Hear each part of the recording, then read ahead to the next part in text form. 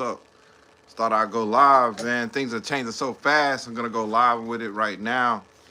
Uh, just trying to see if I can catch up on some things here, man. So, Let's go to the White House. so Paramount apparently threw in a monkey wrench. They want Netflix.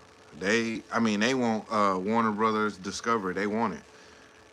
And after just doing some review, those of y'all that don't know what's going on, hey, I'm here to kind of give some street level understanding of why this is important and why this is big. We got a Netflix company that is acquiring to buy for 72 billion Warner Brothers Discovery, which is basically all these other contents like HBO, all the DC stuff, the Batman movies, the Superman, all of that stuff, Game of Thrones, Lord of the Rings.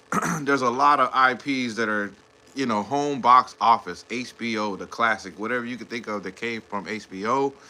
This is currently going to be acquired by Netflix, which is basically all really Netflix is getting is those, which we say it like that because a lot of people are talking about, oh, Netflix is gonna get a monopoly. We need to stop them. We need to stop them. And I guess that's what got Donald Trump the involved in it because honestly, it's gonna be a lot of lawsuits. It's gonna take a long time for this to go through because FCC. They trying to figure out a way how they're going to regulate and how they're going to get involved in this because you got to understand this is a company that came from mail-in order CDs. Like you used to mail it in and order this stuff. Now they're taking over a staple production house company, Warner Brothers. Okay? That's huge. That's huge. So that's why this is big. So to just yesterday, 72 billion. Then you got Paramount giant, which is like I think it's Larry Ellison.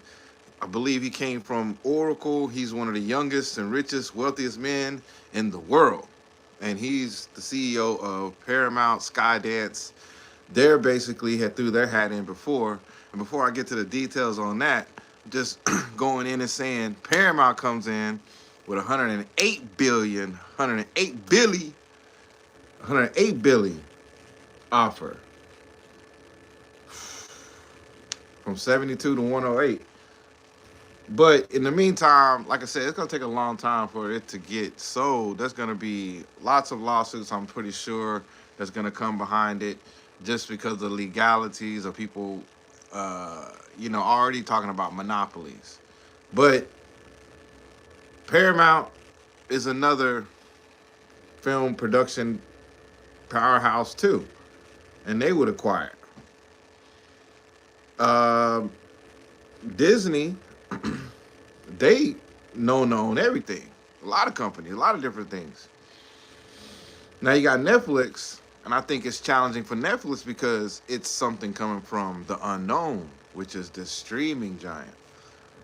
The streaming giant, it's here because it's linked with all this new stuff like AI. Where's that's going in film? So Hollywood right now is scrambling in every single way, and anything that comes in new is starting to feel like some sort of a threat or something like that. When really, this is just the new wave that's coming. Like I said before in my other video that I just dropped and posted, make sure you go and like and subscribe to BLKJAGtv right here on YouTube. If you're checking this out, make sure you like and subscribe. Hit the notification bell so you can see all the newer videos I'm going to be dropping. I'm going to be basically giving my opinion, giving my advice. I'm a filmmaker's filmmaker. So we just hanging out, talking, chat, put some stuff in the chat, like things that you want to know about with filming, streaming, all that kind of stuff. We're going to talk about it. We're going to talk about topics that come up that have to do with filmmaking. Some things that have to do with the political side within filmmaking, okay? And I think that's where we are right now with this Netflix, Paramount, Warner Brothers Discovery merger. And it's interesting, right, that the DOJ is getting involved. It's interesting that they're saying that they may not let this merger go through because they want to see what I kept hearing from Trump and those kind of administrators. Like they want to see what is the profit margin, what is the profit margins being created with this deal. What's coming with that? So right now,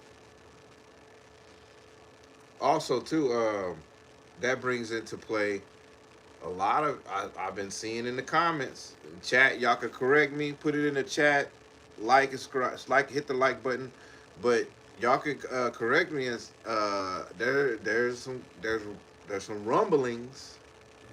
There is some rumblings.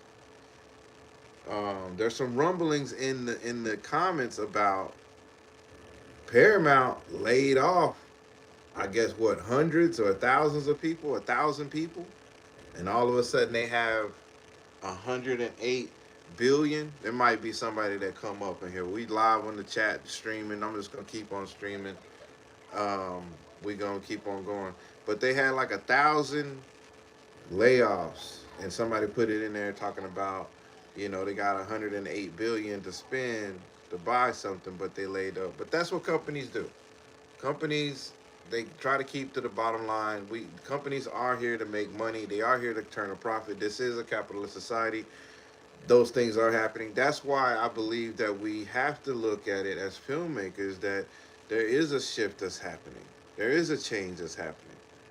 There is a power that's being placed back into the hands of of individual entrepreneurial creators, especially with the streaming. Um, Everyone has always knew that Netflix was this gobbling, eating giant. Especially if you're over here in the independent streaming distribution land, where you have your own product, which is a film, a documentary, whatever that may be, a series, a movie, and you distribute it with a aggregator or a third party distributor, and you get it on platforms, multiple platforms, where you're able to get AVOD, which is advertisement video on demand, or you're able to get SVOD, subscription video on demand, um, OTT. You go do your studying, and we'll do a video on streaming.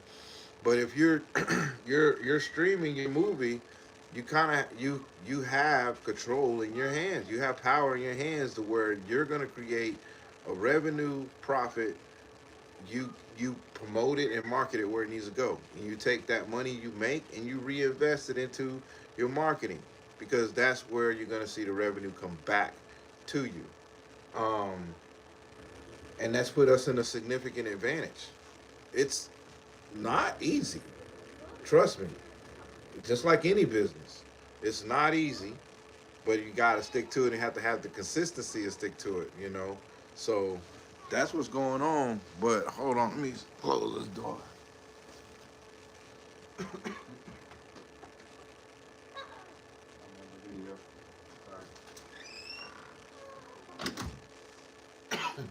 There was some of the natives. Yeah, but like I said, I'm a filmmaker's filmmaker. I'm gonna talk about it, and I like to use my chat. I like to use the comments to learn from. So I might be wrong on certain things. I might be a little bit off. So that's where we can discuss it and have a nice, healthy debate. I don't like it if you get nasty in the chat. I will delete you out and block you from the chat. We trying to build here. We not trying. We are building here. We are growing here, and we are setting everyone on blaze and on fire. And when we share, so put it in the comments. Put it in the chat. What's your business? What you do? What are your handles? How do we get a hold of you? How do we see your product? But back to this monkey wrench thrown in by Paramount. It didn't. There's another angle. Talk to me. Talk to me. Another angle is they say Larry Ellison is maybe friends with Trump. with the Trump administration or he favored. So there's a lot going on here with this. All right. And also, it's being pushed to being spread. I believe it could be a distraction. So I'm gonna go look at some more stuff to find out what's going on with it. But at the same time, um, I had to get on here and talk about this because I don't want us filmmakers that are out here distributing and streaming to be scared. This is something to embrace. This is good. This is a Netflix streaming conglomerate that's coming in to take over an old Hollywood, an old Hollywood process. Because I believe Hollywood is always going to be here of what it may be. It may not be as glamorous as it was back in the 50s, 60s, and then the 80s and 90s. But we've been waiting on this. We've been seeing the writing has been on the wall about how independents are going to have opportunity, a lot of opportunity. Because I don't know if I could say upper hand yet because those are still giants. Warner Brothers, look at us talking about it. Paramount, you know, we sit here speculating. People are crying, boo-hoo, and crying. He got a monopoly. What's going on? What's going on? It's a monopoly. And like, well, wouldn't the other company purchase too be a monopoly as well? I know I said that already, but I just had to bring it back up just to, put it in the chat. Let's talk about it. You know what I'm saying?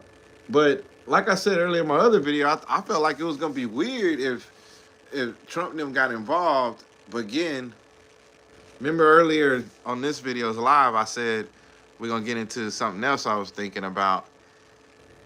They said in the beginning the Saudis was trying to buy Warner Brothers.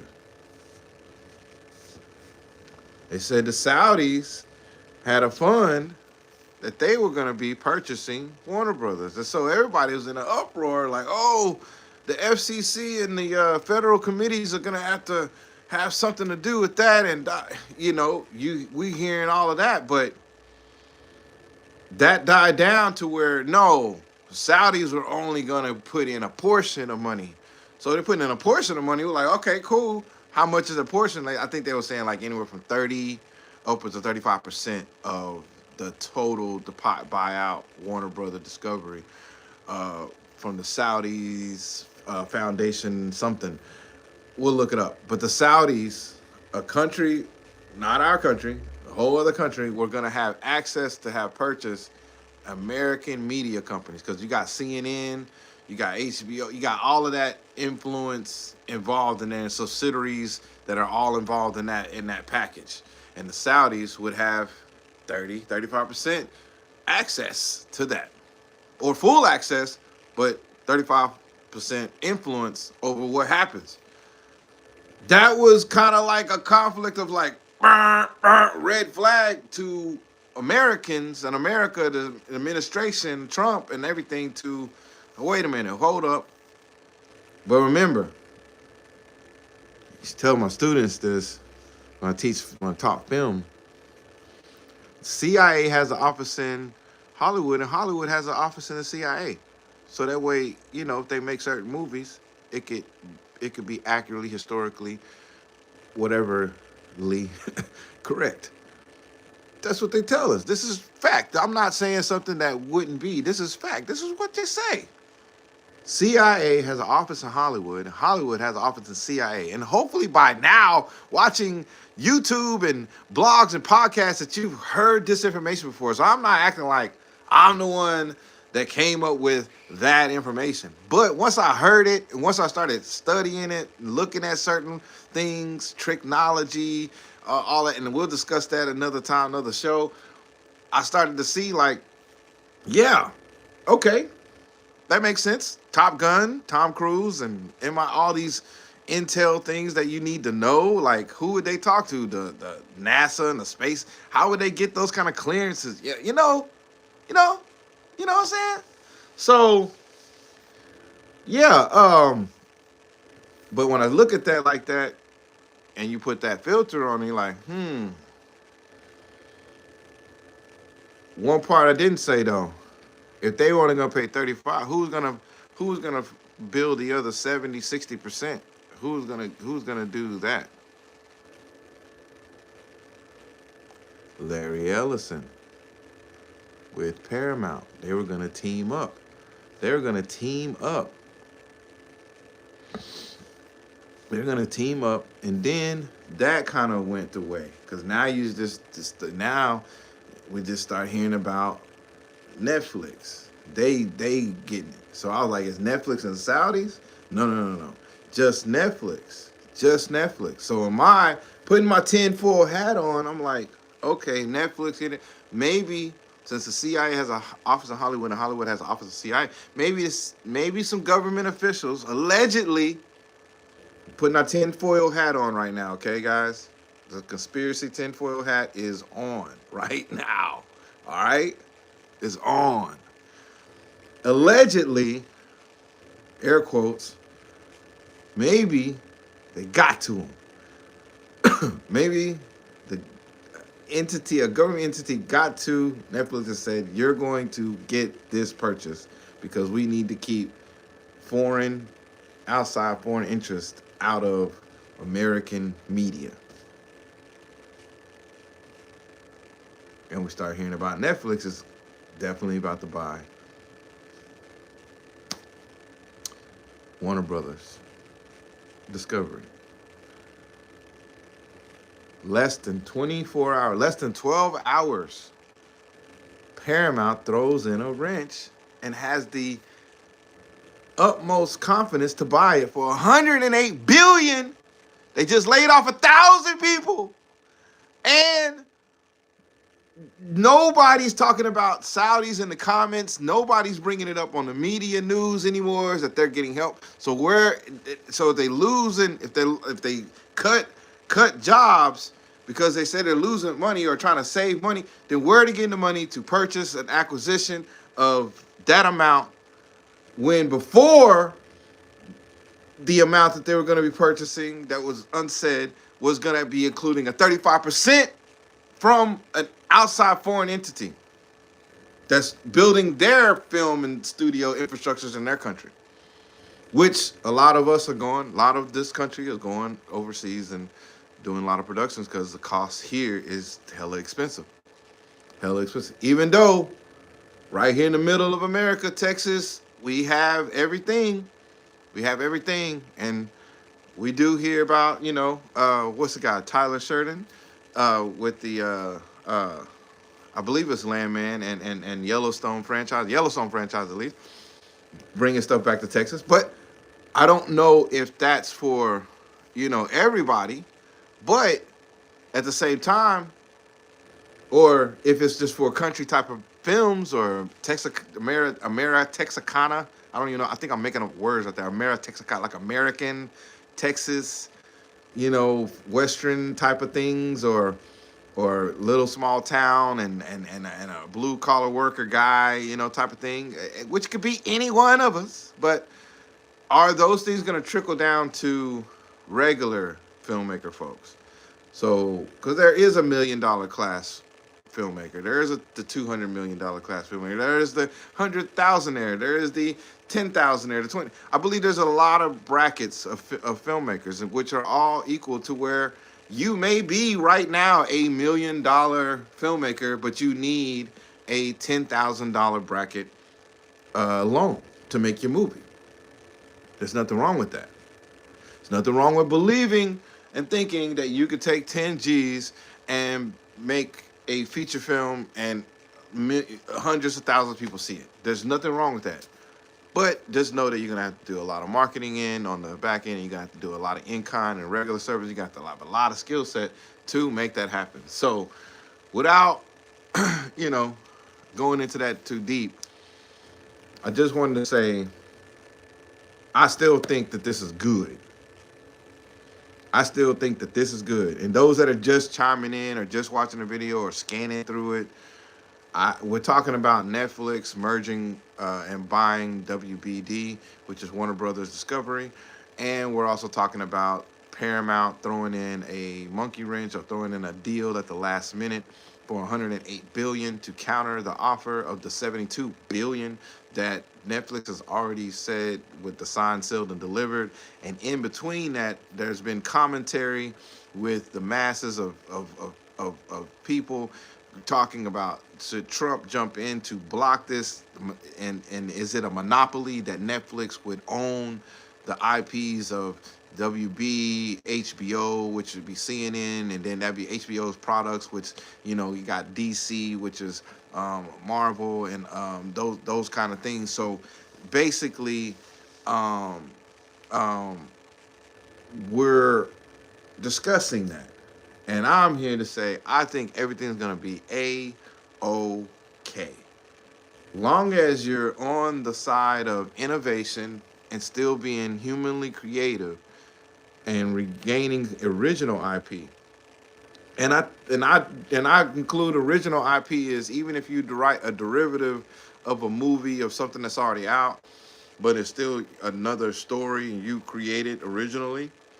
I think those need chances to get attention, and I believe these type of upsets in the industry help bring attention to those types of progressive thought process in the filmmaking world.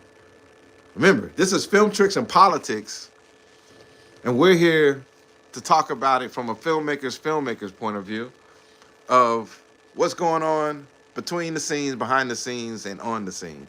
And so you're gonna get that right here, 24 hours a day, 7 days a week. I might take a day off, I don't know. But um Netflix, I believe it's a good thing because they came from a mail order company, online, a streaming company, a giant, you know, famous for their documentaries in the beginning, and then, you know, being able to rent your movie. And Netflix got their own term that has changed the vernacular of dating conversation, which is, you know, Netflix and chill. Let's marinate on that for a minute. Netflix and chill. You know what I'm saying? So that changed a lot of stuff. And director James Cameron, like that's what you're gonna be fighting is is comfortability, man.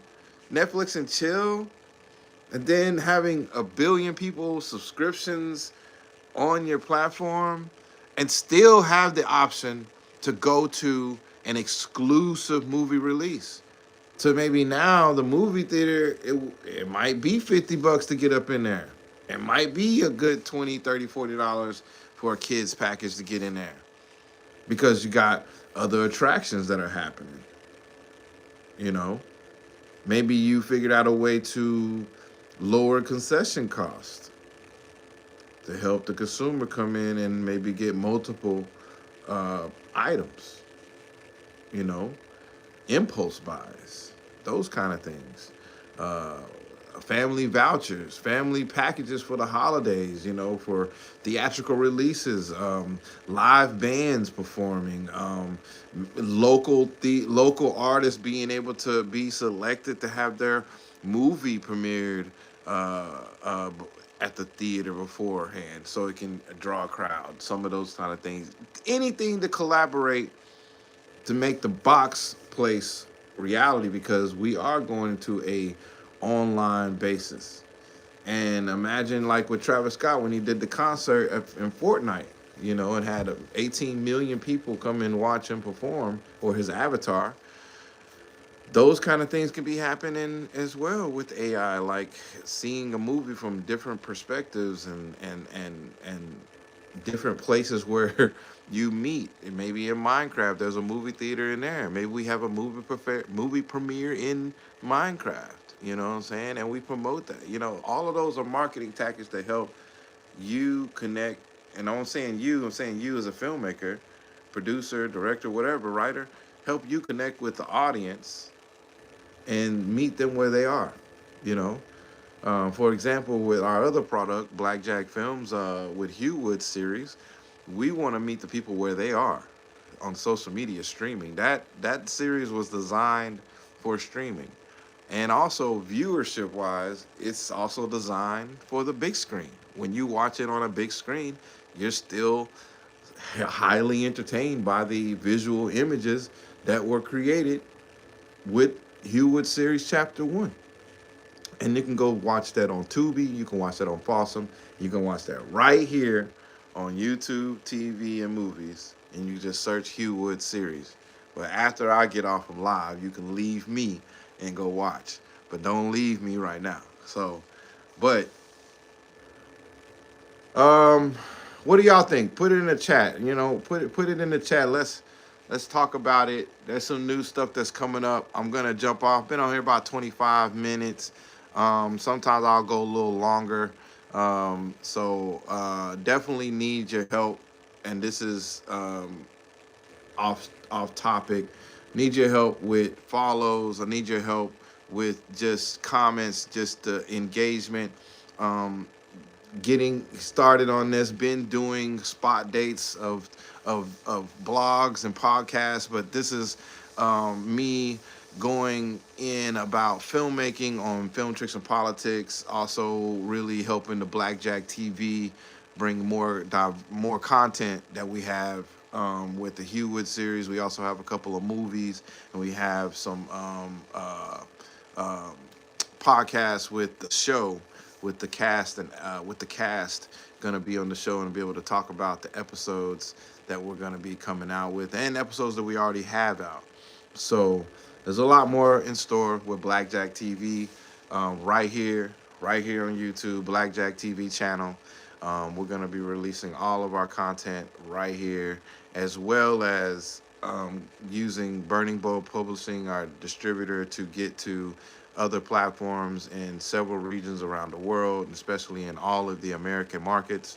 We want to be there wherever you are. We want you to go watch Hewwood. We want you to enjoy it. We want to hear about it. We want you to. Oh, we also have our website up. It's been down for like 6 months or so, or maybe a year, but it's back up. So www.howwood.com. That's hewwood.com. And you can see everything that we got going on, that we're going to be updating that. And we also have a shop there where you can go buy shirts and hoodies. Right now, we're talking with the distributors and making sure that they're able to get that product out to who orders that. So check that out, and leave us a comment, leave your email, tell us about yourself. But again, if you do have a business, especially a film production company, a videography company, or a photography company, if you're just solo and you just film by yourself and everything like that, put your handle in the chat, in the comments, whenever you see it. This will be timeless. I will always come back to this video, and I'll always check the comments just to see if there's a filmmaker in there that may need to be connected to another filmmaker or another creator. Because ultimately, that's what this show is really corely based at.